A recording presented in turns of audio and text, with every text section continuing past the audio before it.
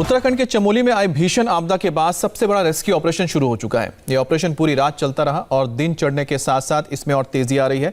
इस प्राकृतिक आपदा में अब तक 15 लोगों की मौत हो चुकी है और इस हादसे में 180 लोग अभी भी लापता हैं।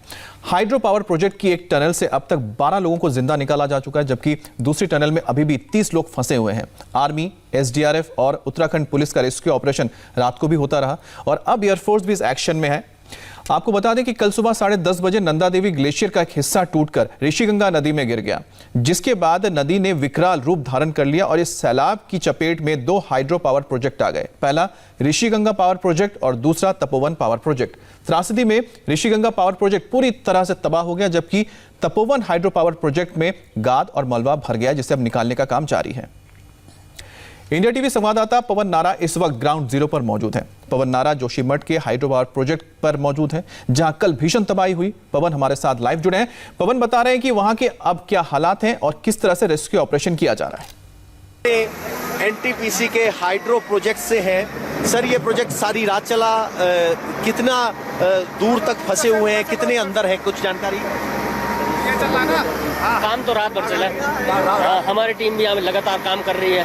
कल जैसे हमें सूचना मिली तो तब से लगातार सर, हम आपसे जानना चाह रहे हैं कितनी अंदर होंगे, वो क्या जानकारी हमारे पास है? यहाँ से 70 किलोमीटर तक पूरा मलबा भरा हुआ है। 70 मीटर तक मलबा भरा हुआ है और हमारी 418 इंजीनियर्स के डोजर लगे हुए हैं। कंटिन्यू ये हमारे डोजर ऑपरेटर लगातार काम कर रहे हैं, हमारे साहब भी। तो क्या जानकारी मिली, कितना अंदर है जो लोग फंसे हुए हैं? 250 मीटर। 250 मीटर जी।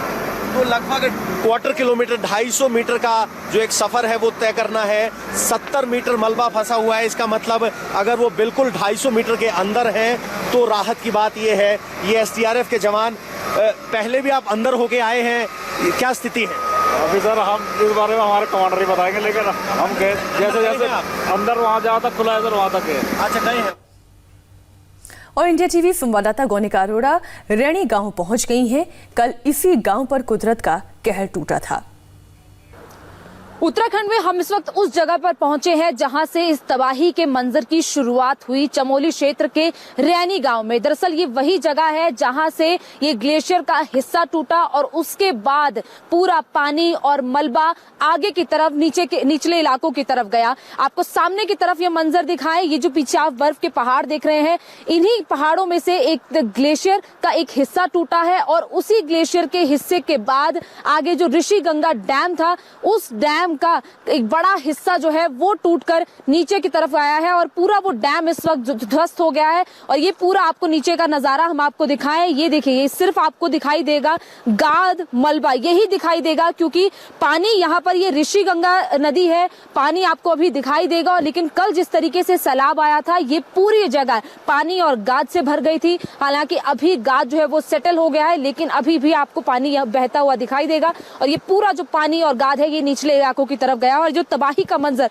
एक और तस्वीर आपको दिखा रहे हैं यहाँ पर, ये पूरा, ये देखिए, आपको सिर्फ मलबा और मलबा दिखाई देगा। ये वही मलबा है जो ऊपर से बहता हुआ नीचे की तरफ आया है और सबसे ज्यादा नुकसान जो है वो यहाँ के गांव के लोगों को हुआ है, क्योंकि ये पूरा रास्ता इस वक्त बंद हो गया है। ये रैनी गांव, आप सामने की तरफ आपको तस्वीरें दिखाएं हम कि ये जो सामने की तरफ आप गांव देख रहे हैं जहां घर बने हुए हैं, ये पूरा पहाड़ों के ऊपर बसा हुआ रैनी गांव है। लेकिन अब इस रैनी गांव तक जाने की कोई जगह नहीं है, क्योंकि इस रैनी गांव को तपोवन से आने वाली ये जो सड़क जिस पर हम इस वक्त खड़े हैं, ये एक पुल के जरिए कनेक्ट करती है। वो सामने की तरफ आपको दिखाएं, जहां पर वो रोड खत्म हो रही है, जहां पर वो पीले कलर का रेलिंग लगी है, वहीं से एक ब्रिज था जो कि उस रैनी गांव को तपोवन की इस रोड से जोड़ता था। लेकिन अब वो ब्रिज पूरी तरीके से ध्वस्त हो गया है, उसका नामो निशान तक दिखाई